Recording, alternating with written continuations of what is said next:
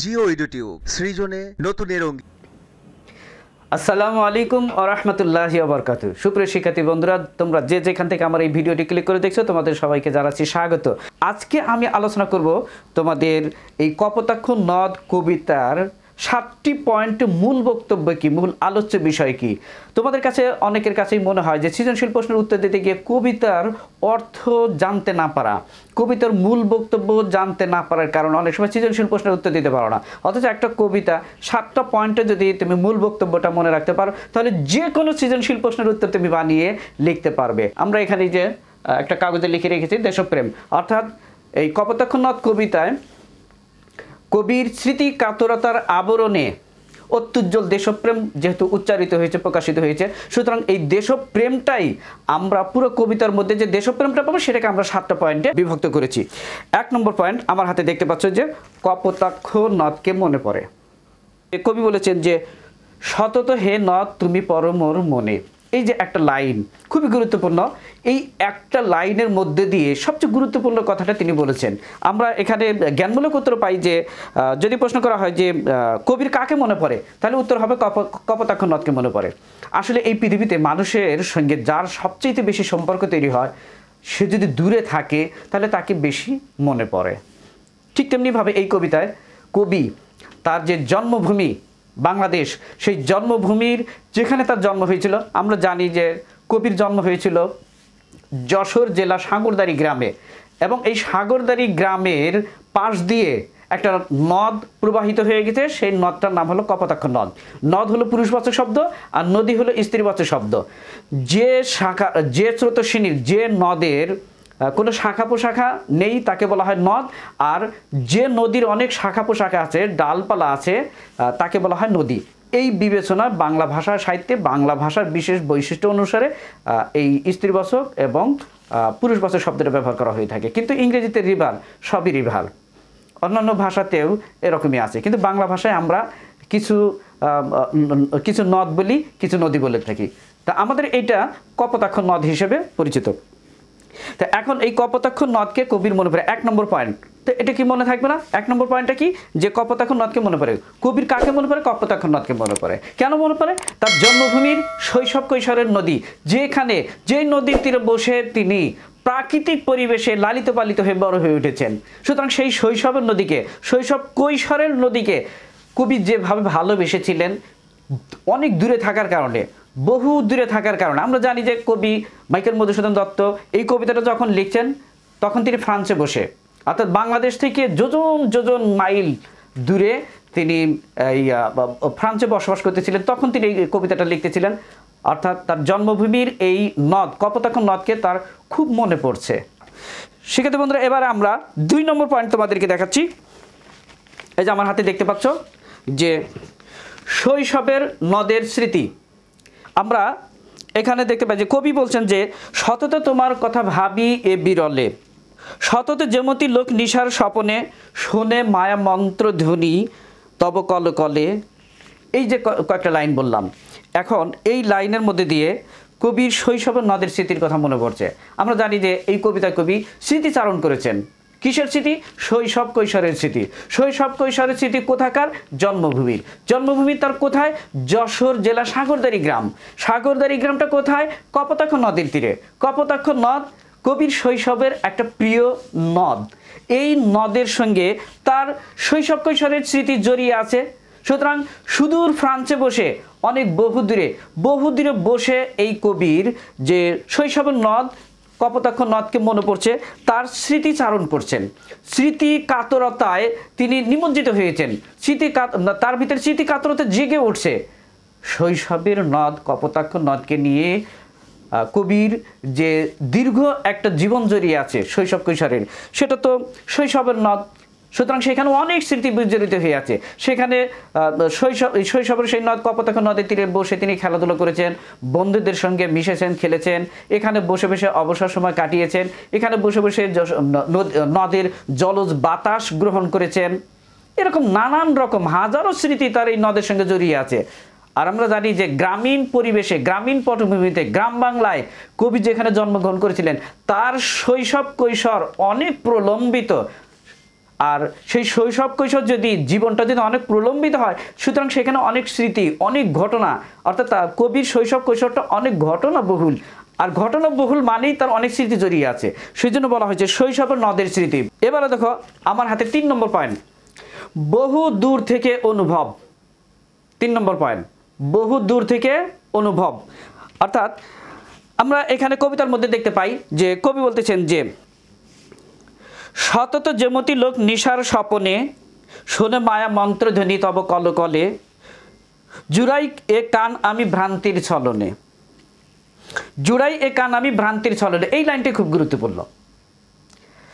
অর্থাৎ তার আগের লাইনও বলা হয়েছে যে সতত সবসময় রাত্রে গভীর নিশুতিতে, রাতের বেলা গভীর ঘুমের মধ্যে মানুষ স্বপ্ন দেখে, স্বপ্নের মধ্যে অনেক মায়া মন্ত্রধ্বনি শুনতে পায়, রূপকথার কল্প কাহিনী তার স্বপ্নে এসে ধরা দেয়। সেই যে মায়া মন্ত্র ধ্বনি মিশ্রিত যে জীবন স্বপ্নের মধ্যে ধরা দেয়, ঠিক স্বপ্নে সেই মায়ামন্ত্র ধ্বনির মতোই কবি সুদূর ফ্রান্সে বসে কপোতাক্ষ নদের কলতান ধ্বনিটাও শুনতে পান।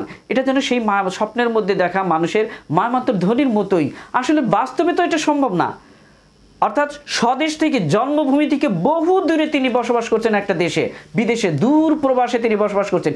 সেখান থেকে এই জন্মভূমির নদের কলতান শোনা, এটা কি স্বাভাবিক বুদ্ধিতে কি বিশ্বাসযোগ্য হয়? হয় না। কিন্তু এটা কিভাবে হয়?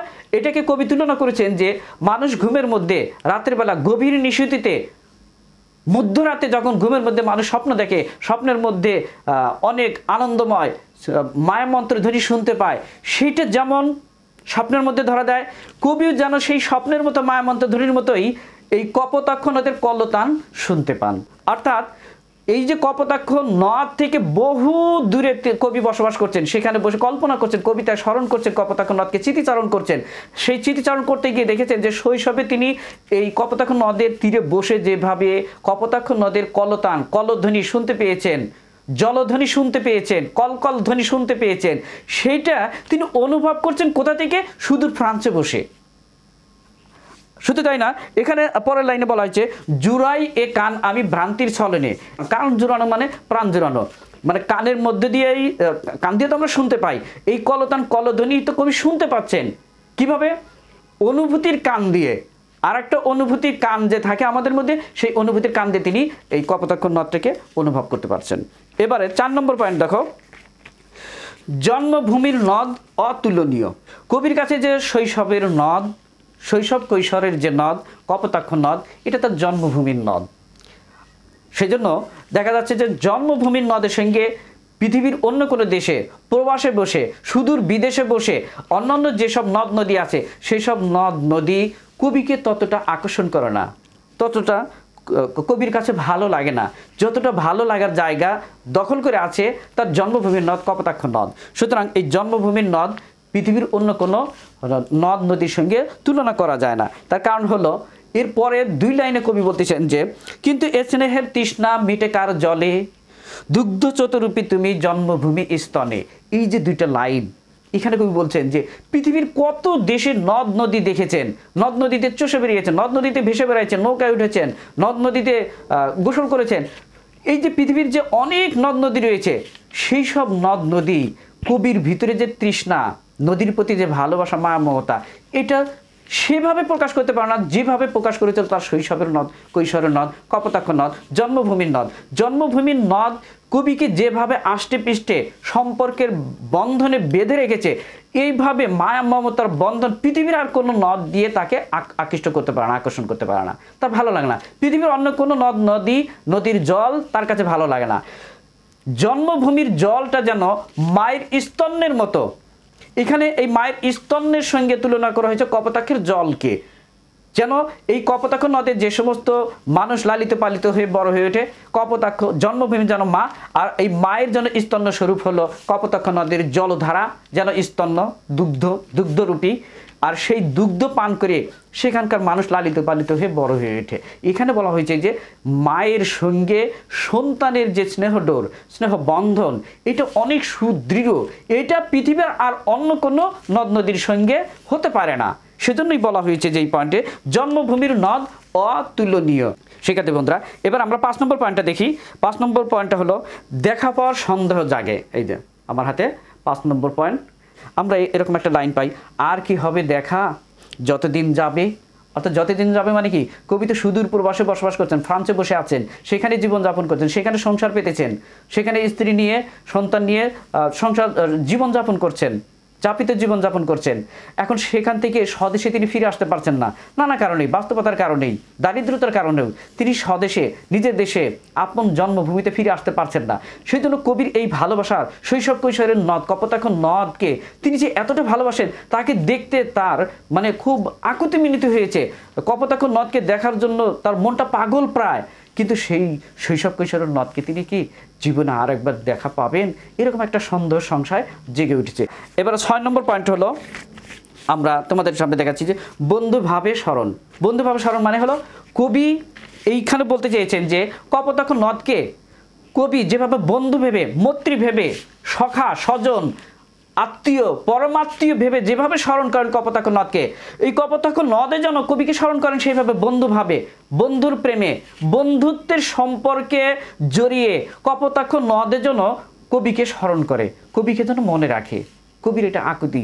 আমরা এরকম কিছু লাইন পাই, প্রজারূপে রাজরূপ সাগরেরে দিতে, বাড়িরূপ কর তুমি এ মিনতি গাবে, বঙ্গজনের কানে শখে সখারিতে নাম তার। এখন এই যে বন্ধুভাবে স্মরণ, এই লাইনগুলোর মধ্যে দিয়ে কবি স্মরণ করছেন যে হে কপোতাক্ষ নদ, তোমাকে আমি যেভাবে স্মরণ করি বন্ধুভাবে, বন্ধুত্বের সম্পর্কের ভিত্তিতে, তুমি তো আমার বন্ধু, তুমি তো আমার সখা, তুমি তো আমার প্রিয়তম, সুহৃদ, স্বজন। সুতরাং তোমাকে আমি এই সুদূর প্রবাসী থেকে যেভাবে স্মরণ করছি, তুমিও আমাকে এইভাবে স্মরণ করো। শিক্ষার্থী বন্ধুরা, এবার 7 নম্বর পয়েন্ট এবং সর্বশেষ পয়েন্ট, সেটা হলো স্বদেশের জন্য ভালোবাসা। এই যে আমার হাতে, যে স্বদেশের প্রতি ভালোবাসাই তো কবির উচ্চারিত হয়েছে এইখানে। এই কবিতার মধ্যে দিয়ে তার যে দেশপ্রেম, এই দেশপ্রেমটা কীভাবে উচ্চারিত হয়েছে, স্বদেশের জন্য তার হৃদয়ের যে কাতরতা, এটা সুন্দরভাবে তিনি তুলে ধরেছেন। অষ্টকের মধ্যে যে ভাবের উপস্থাপনা পরিবর্তনা, সেখানে তিনি দেশপ্রেমের যে স্মৃতিচারণ করেছেন, সেই স্মৃতিচারণটা ষষ্ঠকে গিয়ে শেষের 6 লাইনে গিয়ে ভাবের পরিণতি দিয়েছেন দেশপ্রেমের কথা উচ্চারণ করে, ভালোবাসার কথা উচ্চারণ করে। যে কবি বলতেছেন যে এ প্রবাসে মজি প্রেম ভাবে লইছে যে নাম তব বঙ্গের সঙ্গীতে। এই যে লাইনগুলো, দুটো লাইনে কবি কি উচ্চারণ করছেন যে এ প্রবাসে মোদি প্রেম ভাবে, অর্থাৎ এই প্রবাসে সুদূর ফ্রান্সে বসে, জন্মভূমি থেকে বহু দূরে বসে তিনি প্রেম ভাবে মানে প্রেমে নিমজ্জিত হয়ে, ভালোবাসার সাগরে নিমজ্জিত হয়ে কবি তার জন্মভূমির শৈশব কৈশোরের নদ কপোতাক্ষ নদকে তিনি কপোতাক্ষ নদের প্রেমে একেবারে মাতোয়ারা হয়ে উঠছেন। সেই কপোতাক্ষ নদকে যেভাবে প্রেম করে ভালোবেসে তাকে স্মরণ করছেন যে লইছে যে তব নাম বঙ্গের সঙ্গীতে। বঙ্গের সঙ্গীতে দিয়ে এখানে বোঝানো হচ্ছে কবি যে সৃষ্টিকর্ম, গানে, কবিতায়, কাব্যে, প্রহসন, নাটক, তিনি যা লিখেছেন, মহাকাব্য ইত্যাদি, তার লেখা অর্থাৎ তার যে সৃষ্টিকর্ম, এই সৃষ্টিকর্মের মধ্যে দিয়ে এই শৈশব কৈশোরের স্মৃতিবিজড়িত কপোতাক্ষ নদকে তিনি যেভাবে স্মরণ করছেন, এই স্মরণ গানের মধ্যে দিয়ে, লেখার মধ্যে দিয়ে, সৃষ্টিকর্মের মধ্যে স্মরণ করছেন, এই স্মরণের মধ্যে দিয়ে তার স্বদেশের জন্য যে ভালোবাসা, সেই কথাগুলো তিনি উচ্চারণ করছেন। অর্থাৎ স্বদেশের জন্য তার যে হৃদয়ের কাতরতা, হাহাকার, এই লাইনগুলোর মধ্যে দিয়ে ফুটে উঠেছে। সুপ্রিয় শিক্ষার্থী বন্ধুরা, এই হলো 7টা পয়েন্ট। আমরা তোমাদেরকে একবারে 7টা পয়েন্ট আরেকবার এখানে বুলিয়ে দিচ্ছি। দেখো, দেখা যাচ্ছে? ইনশাল্লাহ দেখা যাচ্ছে। এই যে আমরা বলছিলাম যে কপোতাক্ষ নদ কবিতায় দেশপ্রেম উচ্চারিত হয়েছে কবির, আর এই দেশপ্রেমগুলো আমরা 7টা পয়েন্টে মনে রাখবো।